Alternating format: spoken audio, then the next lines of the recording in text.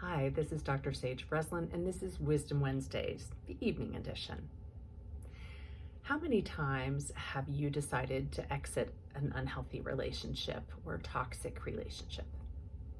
How many times have you actually made the decision and maybe even told your friends or workmates, and then the very next day find yourself backtracking, stepping out of it because he shows up with flowers and an apology, or he whisks you away for a romantic weekend, or if it's a boss, maybe he delegates that project to somebody else so you can get a little break.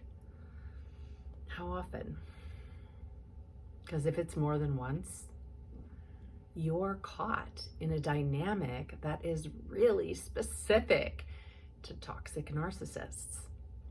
You know, they're really, really good at what they do. It's not a joke. Their lives depend on their ability to feed off your energy and sometimes to feed off your resources or your money. And, so what they do is they ensure that you are there and they can get what they need.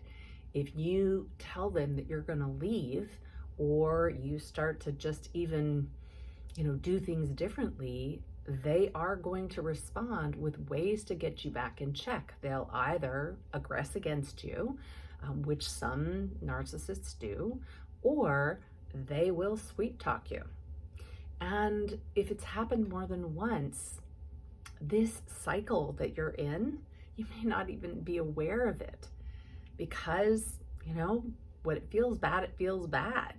But once you hear the apology, once you get back into that honeymoon phase, it feels good for the moment. Unfortunately, it's a loop. It's a cycle. It's going to keep on happening. It's not going to stop. That's just real. And, there are other words for what we call this.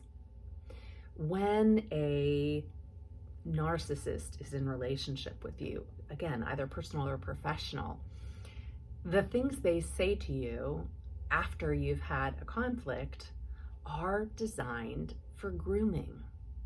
They feed you just the right information. They tell you exactly what you want to hear. Not more, not less, just enough to keep you moving forward, just enough to ensure that you don't walk away. And when you go through this cycle again, catch yourself before the loop comes around again. If you say you're going to leave, make a deal with someone. Make a deal with a friend to go and stay with them. Give them your phone. Have them put the phone in a safe if you have to, so that you can't reach out and you can't get those grooming texts that say, please don't leave me. I love you. I thought we were going to have a life together. What are all our friends going to say? Yada, yada, yada, right? Whatever is the drill, whatever the flavor of the month is going to get you to come back. So make a deal with somebody so that you can go and be away from that and not be influenced by that. Folks who often leave unhealthy relationships, if they make a plan ahead of time and they put the plan in place, even renting an apartment of their own, or getting another house, or going on a long-term vacation or work trip, anything that takes them out of the temptation to return to the relationship, if you want to call it that, and inhibits their ability to have contact with the toxic narcissist. So make a plan with somebody else who's healthy and invested in your getting free of the toxic relationship. Look at counseling. And don't get me wrong, there are plenty of people who choose counseling and remain in the relationships and just keep doing the loop over and over and over again. And I usually let them know at some point in time that that's not what I do. I am here to ensure that people can learn to fly solo, that they can leave unhealthy circumstances and take the next step into their new lives. I'm there to eliminate any anchors to that accidental habit of being involved with toxic narcissist.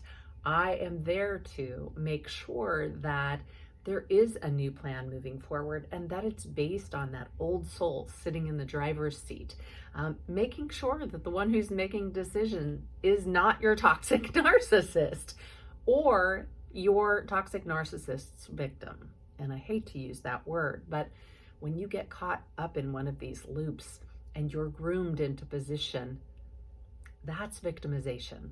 That is not you saying, oh yeah, that sounds like a good plan to be your servant and never to have a moment to myself. And okay, that's nonsense. All right. So make a plan. Make a plan with somebody else, a supporter who can ensure that you stick to your plan, and make sure that you follow each of those steps. And if you're with somebody who's violent, make this plan with a healthcare provider or a caregiver ahead of time, or an advocate that can walk you through getting out safely, making sure that you do not have contact with that person again.